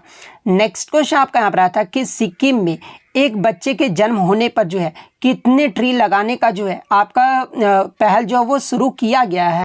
तो देखिए मैं आपको बता दूं कि सिक्किम राज्य सरकार ने जो है राज्य का ग्रीन कवर बढ़ाने और कार्बन डाइऑक्साइड उत्सर्जन को कम करने के लिए जो है हर बच्चे के जन्म पर 100 पेड़ लगाने की योजना की जो वो शुरुआत की है। तो आपका जो है कितने पेड़ लगाने की शुरुआत किया गया है, तो ये आपका 100 पेड़ लगाने की योजना की शुरुआत जो वो किया गया है। तो 100 पेड़ आपका यहाँ पे करेक्ट आंसर होगा। और ये जो आपका किस प्रकार की पहल है, तो देखिए मैं आपको बता दूं कि प्रकृति और इंसानों के बीच एक बार फिर से दोस्ताना रिश्ता बनाने के लिए जो है ये आपका सिक्किम राज्य के द्वारा जो है इस योजना को जो वो शुरू किया गया है। तो ये फैक्ट भी आप ध्यान में रखिएगा। नेक्स्ट क्वेश्चन आपका यहाँ पर आता है कि राजा भालिंद्र सिंह ट्रॉफी, ये जो आपका किस खेल से संबंधित है। तो देखिए राजा भालिंद्र सिंह ट्रॉफी की बात कर ले तो ये आपका कोई भी खेल से जुड़ा हुआ नहीं है, लेकिन ये जो आपका राजा भालिंद्र सिंह ट्रॉफी है ना, ये राष्ट्रीय खेलों में सबसे ज्यादा जो स्वर्ण पदक जीतने वाली जो टीम होती है ना, इन्हें जो ये आपका ट्रॉफी जो वो दिया जाता है। तो आपके साथ ऑप्शन में आपका राष्ट्रीय खेल दिया गया था, तो राष्ट्रीय खेल आपका यहाँ पे करेक्ट आंसर होगा। और ये जो आपके राजा भालिंद्र सिंह थे ना, ये आपके क्रिकेटर थे। तो ये फैक्ट भी आप ध्यान में रखिएगा। नेक्स्ट क्वेश्चन आपका यहाँ पर आता है कि nephron is the basic structural and functional unit of, यानी नेफ्रॉन जो है ये किसका सूक्ष्म संरचनात्मक और कार्यात्मक इकाई है। तो देखिए नेफ्रॉन की बात कर ले तो ये जो आपका गुर्दे यानी किडनी का जो वो सबसे छोटी इकाई होता है। तो किडनी आपका यहाँ पे करेक्ट आंसर होगा। नेक्स्ट क्वेश्चन आपका यहाँ पर आया था कि इंडियन कॉन्स्टिट्यूशन के बारे में यानी भारतीय संविधान के बारे में जो है आपको गलत स्टेटमेंट जो वो बताना था। तो देखिए एक आपका ऑप्शन में दिया गया था ड्यूअल सिटीजनशिप यानी दोहरी नागरिकता जो वो दिया गया था। तो देखिए भारतीय संविधान का जो आपका है ना, ये आपका किस प्रकार की नागरिकता का प्रावधान किया गया है। तो देखिए भारतीय संविधान के मुताबिक भारत में जो है आपका एकल नागरिकता की जो वो व्यवस्था है, यानी किसी व्यक्ति को जो है एक ही समय में भारतीय नागरिकता और किसी दूसरे की देश की जो नागरिकता है वो नहीं दी जा सकती। अगर भारत का नागरिकता मिल गया है तो किसी भी देश का नागरिकता जो उन्हें नहीं दिया जाएगा। और भारत में आपका दोहरी नागरिकता का व्यवस्था नहीं है। तो यही आपका भारतीय संविधान में आपका जो वो गलत स्टेटमेंट दिया गया था, यानी दोहरी नागरिकता के बारे में जो है आपका गलत स्टेटमेंट दिया गया था। तो दोहरी नागरिकता आपका करेक्ट आंसर होगा। इसके अलावा बात कर ले एकल नागरिकता की व्यवस्था का जो प्रावधान है कि आपका किस देश के संविधान से लिया गया है। तो इसे आपका ब्रिटिश संविधान यानी इंग्लैंड देश के संविधान से जो इसे लिया गया है। तो ये फैक्ट भी आप ध्यान में रखिएगा। नेक्स्ट क्वेश्चन आपका यहाँ पर आता है कि मृत सागर ये जो है कहाँ पर स्थित है। हालांकि आपका ऑप्शन में आपका मृत सागर दिया गया था। तो देखिए मैं आपको बता दूं कि ये जो आपका मृत सागर यानी डेड सी जो है ना, ये आपका दक्षिण पश्चिम एशिया में इजराइल और जॉर्डन के बीच स्थित एक स्थल रुद्ध खारे पानी की झील है। तो क्वेश्चन आपका ये पूछा गया था कि इजराइल और जॉर्डन से जो आपका कौन संबंधित है। तो मृत सागर आपका यहाँ पे करेक्ट आंसर होगा। नेक्स्ट क्वेश्चन आपका यहाँ पर आता है कि महामारी रोग संशोधन विधेयक 2020 जो है ये किस अधिनियम में संशोधन करता है। तो देखिए महामारी रोग संशोधन विधेयक 2020 जो है ये आपके महामारी रोग अधिनियम 1897 में जो है ये आपका संशोधन जो वो करता है। तो 1897 आपका करेक्ट आंसर होगा। इसके अलावा मैं आपको बता दूं कि महामारी रोग विधेयक 2020 को जो ये आपका राज्यसभा में कब पेश किया गया था। तो इसे आपका 14 सितंबर 2020 को जो वो राज्यसभा में पेश किया गया था। और ये जो आपका महामारी रोग अधिनियम है आपका 1897 को जो वो संशोधित करता है। और ये जो आपका अधिनियम था ना, ये आपके खतरनाक महामारी रोगों के प्रसार की रोकथाम का जो वो प्रावधान था इस अधिनियम में। तो ये पॉइंट भी आपका पहला क्वेश्चन आया था कि द ब्रह्मो समाज वाज फाउंडेड बाय, यानी ब्रह्म समाज की जो स्थापना है ना, ये किसके द्वारा जो वो किया गया था। तो देखिए ब्रह्म समाज की जो स्थापना है ना, ये 1828 में कलकत्ता में जो है ये आपका राजा राम मोहन रॉय के द्वारा जो वो किया गया था। तो राजा राम मोहन रॉय आपका करेक्ट आंसर होगा। और इसके प्रीवियस शिफ्ट में आपसे पूछा गया था कि आत्मीय सभा की भी जो स्थापना है ना, ये किसके द्वारा किया गया था। तो देखिए आत्मीय सभा की जो स्थापना है ना, ये आपका 1814-15 में जो है ये भी आपका राजा राम मोहन रॉय के द्वारा ही जो वो किया गया था। तो ये पॉइंट भी आप ध्यान में रखिएगा। और इससे प्रीवियस शिफ्ट में आपसे ये भी पूछा गया था कि ब्रह्म समाज का जो है पुराना नाम जो वो पूछा गया था। तो देखिए ब्रह्म समाज का जो पुराना नाम था ना, ये आपका ब्रह्म सभा था। तो ये फैक्ट भी आप ध्यान में रखिएगा। इसके अलावा मैं आपको बता दूं कि आपके प्रमुख सामाजिक संगठन एवं उसके संस्थापक के बारे में लगातार प्रश्न पूछे जा रहे हैं। जैसे कि अगर ब्रह्म समाज का आज पूछ लिया गया है तो राजा राम मोहन रॉय के द्वारा 1828 में जो है कलकत्ता में इसकी स्थापना जो वो किया गया था। आत्मीय सभा के बारे में अगर पूछा जाए तो ये भी आपका राजा राम मोहन रॉय के द्वारा जो है 1814-15 में जो इसकी स्थापना कलकत्ता में जो वो किया गया था। तत्वबोधिनी सभा के बारे में पूछा जाए तो देखिए तत्वबोधिनी सभा की जो स्थापना है ना, ये देवेंद्र नाथ ठाकुर के द्वारा 1839 में जो है कलकत्ता में इसकी स्थापना जो वो किया गया था। यंग बंगाल आंदोलन की स्थापना के बारे में पूछा जाए तो देखिए यंग बंगाल आंदोलन की जो स्थापना है ना, ये आपका डेरेजियो के द्वारा 1826 में जो है कलकत्ता में इसकी स्थापना किया गया था। आदि ब्रह्म समाज की स्थापना के बारे में पूछा जाए तो ये आपका केशव चंद्र सेन के द्वारा जो है कलकत्ता में 1864 में इसकी स्थापना जो वो किया गया था। प्रार्थना समाज की जो स्थापना है, यह आपका आत्माराम पांडुरंग के द्वारा जो है 1867 में मुंबई में इसकी स्थापना किया गया था। आर्य समाज की जो स्थापना है, यह आपका दयानंद सरस्वती के द्वारा जो है 1875 में मुंबई में इसकी स्थापना किया गया था। अलीगढ़ आंदोलन की जो स्थापना है, यह आपका सर सैयद अहमद खान के द्वारा जो है 1875 में अलीगढ़ में इसकी स्थापना जो वो किया गया था। वहीं अगर थियोसॉफिकल सभा के बारे में पूछा जाए तो इसकी स्थापना 1875 में किया गया था। रामकृष्ण मिशन की जो स्थापना है, यह आपका विवेकानंद के द्वारा 1897 में जो है बेलूर मठ में इसकी स्थापना जो वो किया गया था। सत्य शोधक समाज की स्थापना ज्योतिबा फूले के द्वारा जो है 1873 में पुणे में जो इसकी स्थापना किया गया था। बहिष्कृत हितकारिणी सभा की जो स्थापना है, यह आपके डॉक्टर भीमराव अंबेडकर के द्वारा जो है 1924 में मुंबई में इसकी स्थापना किया गया था। राष्ट्रीय स्वयंसेवक संघ की जो स्थापना है ना, यह आपके डॉक्टर हेडगेवार के द्वारा जो है 1925 में नागपुर में इसकी स्थापना किया गया था। हिंदू महासभा की जो स्थापना है, यह आपका मदन मोहन मालवीय के द्वारा जो है 1915 में हरिद्वार में इसकी स्थापना किया गया था। सोशल सर्विस लीग की जो स्थापना है, यह आपके NM जोशी के द्वारा 1911 में बंबई में स्थापना किया गया था। भारत सेवक समाज की स्थापना गोपाल कृष्ण गोखले के द्वारा जो है 1905 बंबई में इसकी स्थापना किया गया था। अहमदिया आंदोलन की जो स्थापना है, यह आपका मिर्जा गुलाम अहमद के द्वारा जो है 1889 में पंजाब में इसकी स्थापना किया गया था। देवबंद आंदोलन की जो स्थापना है, यह आपके मोहम्मद कासिम ननौतवी के द्वारा 1866 में जो है सहारनपुर में इसकी स्थापना किया गया था। श्री नारायण धर्म परिपालन की जो स्थापना है ना, यह आपके श्री नारायण गुरु के द्वारा 1903 में जो है केरल में इसकी स्थापना जो वो किया गया था। तो ये सारे फैक्ट जो आपको ध्यान में रखना है। नेक्स्ट क्वेश्चन आपका यहाँ पर आता है कि राज्य में गणतंत्र दिवस पर झंडा जो ये कौन फहराता है। तो देखिए यहाँ पर आपका राज्य में पूछा गया था। तो जैसा कि आपको पता है कि गणतंत्र दिवस ये जो है कब मनाया जाता है, तो ये आपका 26 जनवरी को मनाया जाता है। और 26 जनवरी को क्यों मनाया जाता है, क्योंकि 26 जनवरी 1950 को ही जो है हमारा संविधान जो वो लागू हुआ था, इसलिए गणतंत्र दिवस जो ये आपका 26 जनवरी को जो वो मनाया जाता है। और राज्य में गणतंत्र दिवस पर झंडा जो है ये आपके राज्यपाल के द्वारा जो वो फहराया जाता है। तो गवर्नर आपका यहाँ पे करेक्ट आंसर होगा। वहीं अगर बात कर ले राष्ट्रीय स्तर पर अगर पूछा जाए, ये तो आपका राज्य के बारे में हो गया। राष्ट्रीय स्तर पर जो गणतंत्र दिवस पर जो झंडा है ना, ये आपका कहाँ पर फहराया जाता है, तो ये आपका कर्तव्य पथ पर जो वो फहराया जाता है। और कर्तव्य पथ पर जो झंडा है ना, ये कौन फहराते हैं, तो ये भारत के राष्ट्रपति के द्वारा जो वो फहराया जाता है। और कर्तव्य इसके अलावा मैं आपको बता दूं कि राजपथ का जो नाम बदल कर है, ये क्या कर दिया गया है, तो इसका नाम बदल कर जो ये आपका विजय पथ जो वो कर दिया गया है। तो ये पॉइंट भी आप ध्यान में रखिएगा।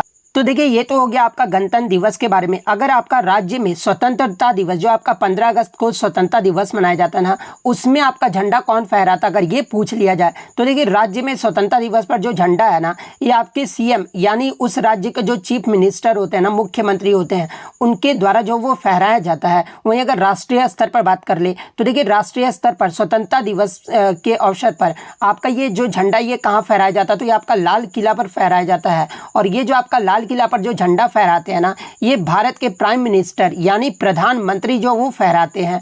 तो ये फैक्ट भी आप ध्यान में रखिएगा।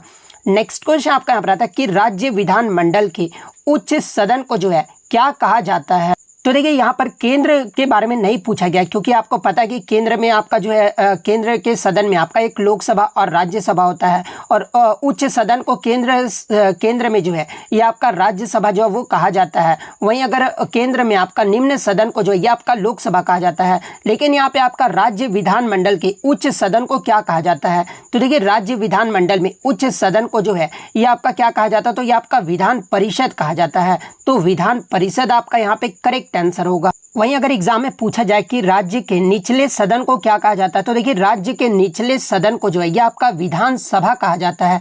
तो ये फैक्ट भी आप ध्यान में रखिएगा। और वर्तमान में आपके कितने राज्य में जो आपके द्विसदनीय विधायिका है, तो देखिए वर्तमान में आपके 6 राज्यों में जो है ये आपका द्विसदनीय विधायिका है। तो ये फैक्ट भी आप ध्यान में रखिएगा। वहीं अगर बात कर ले आपके विधान परिषद के बारे में, तो देखिए राज्य के ऊपरी सदन में राज्य विधानसभा के कुल सदस्यों की संख्या का 1/3 से अधिक और किसी भी स्थिति में 40 सदस्यों से जो ये आपके कम नहीं हो सकते हैं। तो ये पॉइंट भी आप ध्यान में रखिएगा। नेक्स्ट क्वेश्चन आपका यहाँ रहता है कि निम्न में से कौन आपके सितार वाद्यंत्र से संबंधित है। जहाँ पे ऑप्शन में आपका पंडित रविशंकर दिया गया था। तो देखिए पंडित रविशंकर को जो है ये आपके सितार के उस्ताद या फिर सितार माएस्ट्रो के रूप में जो है इन्हें जाना जाता है, और ये जो आपके सितार वाद्यंत्र से संबंधित है। तो पंडित रविशंकर आपका करेक्ट आंसर होगा। और देखिए पंडित रविशंकर जी को जो है 1999 में इनसे पहले जो पूछा गया था कि 1999 में पंडित रविशंकर को जो है कौन सा अवार्ड से सम्मानित किया गया था, तो इन्हें भारत रत्न से जो वो सम्मानित किया गया था। तो ये फैक्ट भी आप ध्यान में रखिएगा। इससे पहले आपका लता मंगेशकर के बारे में भी पूछा गया था कि 2001 में जो है लता मंगेशकर को कौन सा अवार्ड से सम्मानित किया गया था। तो इन्हें भी जो है आपका भारत रत्न से जो वो सम्मानित किया गया था। नेक्स्ट क्वेश्चन आपका यहाँ पर था कि आपका जो है मौलिक कर्तव्य को किस संविधान संशोधन के द्वारा जो है हमारे संविधान में जोड़ा गया था। तो देखिए फंडामेंटल ड्यूटीज यानी मौलिक कर्तव्य की बात कर ले तो इसे जो आपका 42वां जो संविधान संशोधन हुआ था ना, जो कि आपका 1976 में हुआ था, और इसी के तहत जो हमारे संविधान में 10 मौलिक कर्तव्य को जो वो जोड़ा गया था। और 11वां जो मौलिक कर्तव्य है ना, वर्तमान में आपके 11 मौलिक कर्तव्य हैं, और 11वां मौलिक कर्तव्य को जो है ये आपका जो 86वां संविधान संशोधन हुआ था ना, जो कि आपका 2002 में हुआ था, इसके माध्यम से जो है 11वें मौलिक कर्तव्य को जो वो जोड़ा गया था। वहीं अगर मौलिक कर्तव्य का वर्णन किस अनुच्छेद और किस भाग में किया गया, तो देखिए मौलिक कर्तव्य का जो उल्लेख है ना, ये आपका भाग 4A और अनुच्छेद 51A में जो वो किया गया है। और मौलिक कर्तव्य को जो ये आपका किस देश के संविधान से लिया गया है, तो इसे आपका रूस देश के संविधान से जो वो लिया गया है। तो ये सारे पॉइंट जो आप ध्यान में रखिएगा। नेक्स्ट क्वेश्चन आपका यहाँ पर आया था कि पश्चिम दिशा में कौन सी नदी जो वो बहती है। तो देखिए पश्चिम दिशा में अगर बहने वाली नदियों की बात कर ले तो देखिए नर्मदा, इसके अलावा ताप्ती, लूनी नदी, घाघर, माही और साबरमती नदी, ये सभी जो नदियां हैं ना, ये आपके पश्चिम दिशा में जो वो बहती है। तो इनमें से आपका माही और साबरमती नदी, ये जो आपका जो है पेयर में दिया गया था, तो माही और साबरमती नदी आपका करेक्ट आंसर होगा। इसके अलावा मैं आपको बता दूं कि ये जो आपके पश्चिम में बहने वाली जो नदियां ना, ये किस में गिरती है, तो ये आपका अरब सागर में जाकर जो वो गिर जाती है। तो ये फैक्ट भी आप ध्यान में रखिएगा। नेक्स्ट आपका यहाँ पर आता है कि ओलंपिक में क्वालिफाई करने वाली पहली भारतीय महिला पहलवान, यहाँ पे पहलवान पूछा गया था कि पहलवान जो ये कौन बनी थी। तो देखिए ओलंपिक में क्वालिफाई करने वाली जो पहली भारतीय महिला पहलवान है ना, ये आपका गीता फोगाट बनी थी। गीता फोगाट ने 2012 में जो आपका लंदन ओलंपिक हुआ था ना, उसमें जो ये आपकी क्वालिफाई की थी। तो गीता फोगाट आपका यहाँ पे करेक्ट आंसर होगा। इसके अलावा मैं आपको बता दूं कि गीता फोगाट के जीवन पर आधारित आपका एक फिल्म भी बना था, जिसका नाम आपका दंगल था। और दंगल में आमिर खान ने जो है गीता के पिता और कोच महावीर सिंह फोगाट का भी जो वो किरदार निभाया था। तो ये पॉइंट भी आप ध्यान में रखिए। इसके अलावा अगर गीता फोगाट की बात कर ले तो ये जो आपका एक प्रसिद्ध भारतीय महिला फ्री स्टाइल पहलवान है, और इनका जो जन्म है ना, ये आपका हरियाणा के भिवानी जिले के बलाली गांव में जो है इनका जो वो जन्म हुआ था। एग्जाम में अगर पूछा जाए कि गीता फोगाट का संबंध किस राज्य से है, तो ये आपका हरियाणा राज्य से है। और गीता फोगाट ने जो आपका 2010 में जो आपका राष्ट्रमंडल खेल हुआ था ना, जो कि आपका भारत में आयोजित किया गया था, और इसमें जो आपका स्वर्ण पदक जीतकर जो ये इतिहास भी जो वो रची थी। तो ये फैक्ट भी आप ध्यान में रखिएगा। नेक्स्ट आपका यहाँ पर आता है कि संथाल विद्रोह के जो है मुख्य नेता कौन थे। तो देखिए जो आपका संथाल विद्रोह हुआ था ये आपका 1855 में जो है ये आपका शुरू हुआ था और इसके जो मुख्य नेता थे ना ये आपके सिद्धू मुर्मू और कान्हू मुर्मू, दो भाई थे। तो सिद्धू और कान्हू आपका यहाँ पे करेक्ट आंसर होगा। इसके अलावा बात कर ले संथाल विद्रोह जो है ये कहाँ पर आयोजित किया गया था। तो देखिए संथाल विद्रोह जो है ब्रिटिश औपनिवेशिक सत्ता और भ्रष्ट जमींदारी व्यवस्था दोनों के खिलाफ जो है ये आपका पूर्वी भारत में जो कि आपका वर्तमान झारखंड और बंगाल में है, यहाँ पर जो आपका जो संथाल विद्रोह वो आयोजित किया गया था। बेसिकली जो ये आपका झारखंड में ही आयोजित किया गया था, तो ये पॉइंट भी आप ध्यान में रखिएगा। इसके अलावा मैं आपको बता दूं कि ये आपका भारत में पहला जो ये किसान विद्रोह भी था और जो कि आपका किस आदिवासी समूह से जो वो केंद्रित था। तो ये जो आपका झारखंड में जो आपका संथाल जो आपका आदिवासी समूह है ना, इस राज्य में आपका जो एक आदिवासी समूह भी है। तो ये फैक्ट भी है, याद रखिएगा कि संथाल जो आदिवासी समूह है ये किस राज्य में है, तो ये आपका झारखंड राज्य में है। और देखिए इसी विद्रोह को 1793 के अस्थायी भूमि बंदोबस्त की शुरुआत के लिए भी जो है जिम्मेदार ठहराया जाता है। तो ये फैक्ट भी आप ध्यान में रखिएगा। नेक्स्ट आपका यहाँ पर आता है कि money supply is a concept of, यानी मुद्रा आपूर्ति जो है ये किसका एक अवधारणा है। तो देखिए जहाँ पे ऑप्शन में आपका स्टॉक फ्लो, इसके अलावा बोथ ए एंड बी, इसके अलावा नाइदर ए और नॉर बी दिया गया था। तो देखिए ये जो आपका मनी सप्लाई है ना यानी मुद्रा आपूर्ति जो है ये आपका स्टॉक की जो है ये एक अवधारणा है। तो ऑप्शन ए स्टॉक आपका यहाँ पे करेक्ट आंसर होगा।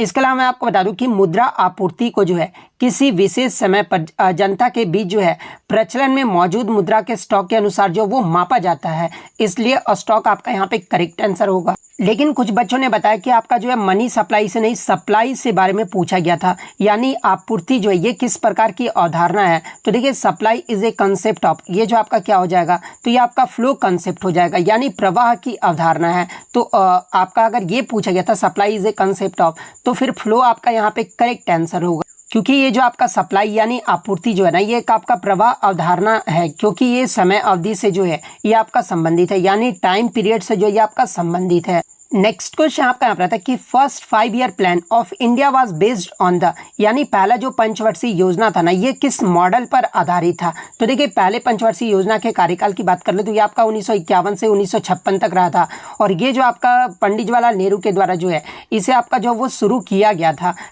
आपका पंचवर्षीय योजना को। और ये जो आपका पहली जो पंचवर्षीय योजना रहा था ना ये आपके हेराल्ड डोमर मॉडल पर जो वो आधारित था। तो हेराल्ड डोमर मॉडल आपका यहाँ पे करेक्ट आंसर होगा। इसके अलावा अगर पंचवर्षीय योजना की बात कर ले तो देखिए पहली जो पंचवर्षीय योजना था ना ये आपका एग्रीकल्चर यानी कृषि पर जो ये आपका आधारित था और इसमें आपका जो है ग्रोथ रेट कितना रखा गया था, सॉरी यहाँ पे जो आपका टारगेट जो रखा गया था ना वो आपका 2.1% रखा गया था, लेकिन जो आपका एक्चुअल जो ग्रोथ रेट जो अचीव किया गया था ना वो आपका 3.6% जो वो अचीव किया गया था।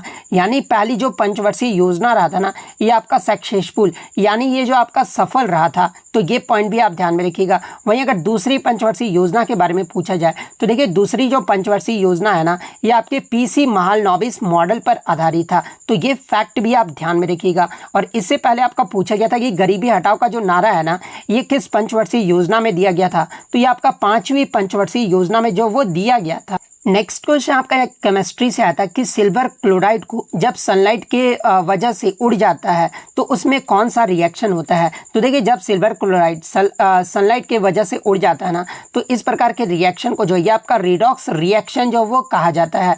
तो रिडॉक्स रिएक्शन आपका यहाँ पे करेक्ट आंसर होगा। और सिल्वर क्लोराइड का सूत्र अगर पूछा जाए ये क्या होता है तो ये आपका AgCl होता है। तो ये पॉइंट भी आप ध्यान में रखिएगा।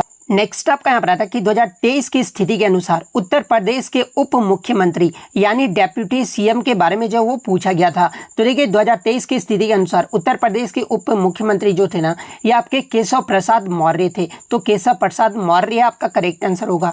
और देखिए उत्तर प्रदेश के जो आपके 2 उप मुख्यमंत्री हैं, एक तो आपके केशव प्रसाद मौर्य हैं और दूसरे आपके जो है ब्रजेश पाठक हैं। तो ये फैक्ट भी आप ध्यान में रखिएगा। नेक्स्ट क्वेश्चन आपका यहाँ पर आता है कि the upper most layer of the earth is called the, यानी पृथ्वी की सतह की सबसे ऊपरी परत को जो है ये क्या कहा जाता है। तो देखिए पृथ्वी की सतह की सबसे ऊपरी परत को जो है ये आपका भूपर पट्टी या फिर क्रस्ट जो है इसे कहा जाता है। तो ऑप्शन में आपका क्रस्ट दिया गया था, तो क्रस्ट आपका यहाँ पे करेक्ट आंसर होगा। इसके अलावा पृथ्वी के आंतरिक संरचना के बारे में देख लेते हैं जहाँ से एग्जाम में प्रश्न पूछे जाते हैं। जैसे कि पृथ्वी की परपट्टी के नीचे का भाग अगर पूछा जाए तो ये क्या क्या कहलाता है? तो देखिए पृथ्वी की परपट्टी के नीचे का जो भाग है ना, ये आपका मेंटल जो वो कहलाता है, और मेंटल के ऊपरी भाग को जो ये क्या कहा जाता है? तो ये आपका दुर्बलता मंडल यानी एस्थेनोस्फीयर जो वो कहलाता है। वहीं अगर बात कर ले पृथ्वी की सबसे भीतरी परत के बारे में पूछा जाए तो देखिए पृथ्वी की सबसे भीतरी जो परत होती है ना, इसे जो आपका कोर के रूप में जो वो जाना जाता है। तो ये पॉइंट भी आप ध्यान में रखिएगा। और आंतरिक कोर जो है ये आपका कितने किलोमीटर तक जो वो फैला हुआ है? तो देखिए ये जो आपका आंतरिक कोर है ना, ये पृथ्वी के केंद्र से पृथ्वी की सतह से जो है ये आपका 5100 किलोमीटर नीचे तक जो है ये आपका फैला हुआ है। तो ये पॉइंट भी आप ध्यान में रखिएगा। और एग्जाम में एक प्रश्न और पूछा जाता है कि ये जो आपका आंतरिक कोर है ना, ये मुख्य रूप से जो है किस तत्व का जो वो बना होता है? तो देखिए ये जो आपका आंतरिक कोर है ना, ये मुख्य रूप से जो है लोहे और कुछ निकल यानी नाइफ से जो ये बना होता है। तो ये सारे फैक्ट जो आप ध्यान में रखिएगा। नेक्स्ट क्वेश्चन आपका यहाँ था कि निम्न में से किस अधिनियम द्वारा जो है ईस्ट इंडिया कंपनी और क्राउन द्वारा एक नियंत्रण बोर्ड और ब्रिटिश भारत की एक संयुक्त सरकार की स्थापना जो वो किया गया था? तो देखिए मैं आपको बता दूं कि जो आपका 1784 का जो पिट्स इंडिया एक्ट था ना, इस अधिनियम का जो नाम था ये आपका ब्रिटिश प्रधानमंत्री विलियम पिट द यंगर के नाम पर जो वो रखा गया था। और इसका जो उद्देश्य था ना, इस एक्ट का जो उद्देश्य था वो आपका 1773 के रेगुलेटिंग एक्ट की कमियों को जो वो दूर करना था। और इस अधिनियम ने जो है अपने कंपनी यानी आपका ईस्ट इंडिया कंपनी और क्राउन द्वारा नियंत्रण बोर्ड और ब्रिटिश भारत की एक संयुक्त सरकार की जो वो स्थापना की थी। तो अधिनियम के बारे में पूछा गया था। तो पिट्स इंडिया एक्ट 1784 आपका यहाँ पे करेक्ट आंसर होगा। नेक्स्ट आपका यहाँ पर आता है कि स्वास्थ्य सुरक्षा 2003 पर स्वास्थ्य बीमा जो ये कितना था? तो देखिए साल 2003 में भारत में स्वास्थ्य बीमा के लिए जो जनसंख्या कवरेज रखा गया था ना, वो आपका 29.7% था। वहीं साल 2011 में इसे बढ़ाकर जो वो आपका 95.7% जो वो कर दिया गया था। लेकिन मैं आपको बता दूं कि 2003 में एक व्यक्ति के लिए जो औसत जो मासिक स्वास्थ्य बीमा प्रीमियम है ना, ये आपका $282 था। और एक परिवार के लिए अगर बात कर ले, इसका जो आपका स्वास्थ्य बीमा प्रीमियम था ये आपका $756 था। तो ये फैक्ट भी आप ध्यान में रखिएगा। और इसमें आपके नियोक्ता और कर्मचारी दोनों ही प्रीमियर का हिस्सा जो था ना, वो आपका शामिल जो वो किया गया था। इसके अलावा अगर प्रधानमंत्री स्वास्थ्य सुरक्षा योजना की बात कर ले तो देखिए इसकी जो घोषणा है ना, ये आपका वर्ष 2003 में किया गया था। और इसका जो मकसद था ना, वो देश में किफ़ायती तृतीयक देखभाल सेवाएं जो है वो उपलब्ध कराना था। तो ये पॉइंट भी आप ध्यान में रखिएगा। नेक्स्ट क्वेश्चन आपका यहाँ पर आता है कि राष्ट्रीय स्वास्थ्य बीमा योजना ये जो है कब शुरू किया गया था? तो देखिए राष्ट्रीय स्वास्थ्य बीमा योजना की बात कर ले तो ये जो आपका इस कार्यक्रम का जो उद्देश्य था ना, ये बीपीएल समूह को सार्वजनिक और निजी सुविधाओं में जो है अस्पताल में भर्ती होने के लिए नगद रहित जो वो बीमा देना है। और इस योजना को जो है ये आपका 1 अप्रैल 2008 को जो है श्रम और रोजगार मंत्रालय के द्वारा जो है ये आपका जो वो शुरू किया गया था। और देखिए इसी योजना को जो ये आपका 1 अप्रैल 2015 को स्वास्थ्य और परिवार कल्याण मंत्रालय में भी जो वो शामिल किया गया था। तो आपका कब शुरू किया गया था? तो 1 अप्रैल 2008 आपका यहाँ पे करेक्ट आंसर होगा।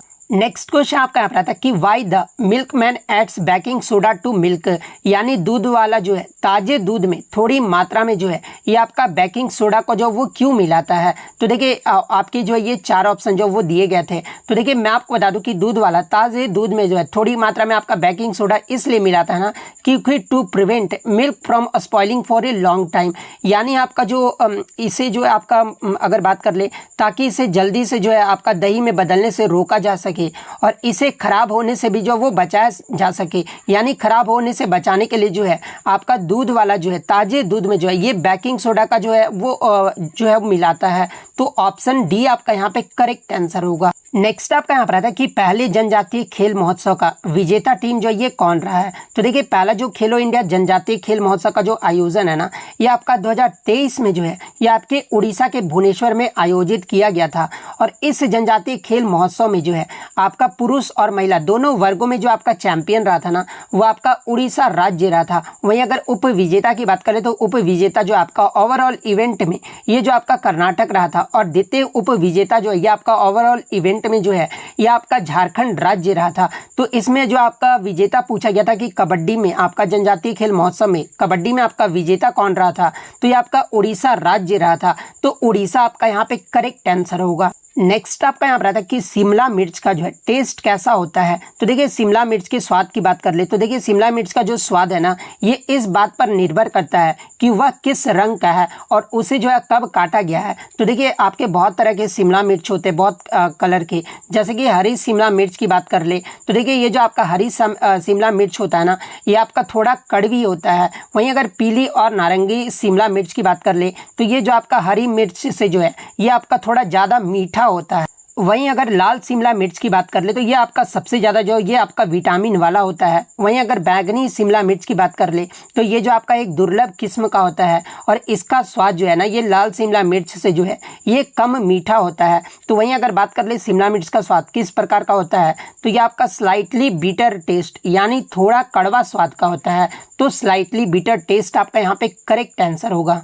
तो इतने क्वेश्चन जो है आज मुझे बच्चों के द्वारा मिले जो कि 100% रियल और ऑथेंटिक हैं। तो अगर वीडियो अच्छी लगी हो तो वीडियो को जो है लाइक ज़रूर कर दीजिएगा और इसी तरह किसी भी एग्जाम का रियल एनालिसिस पाने के लिए जो है चैनल को सब्सक्राइब ज़रूर कर दीजिएगा। तो मिलते हैं नेक्स्ट वीडियो में, तब तक thank you, all the best.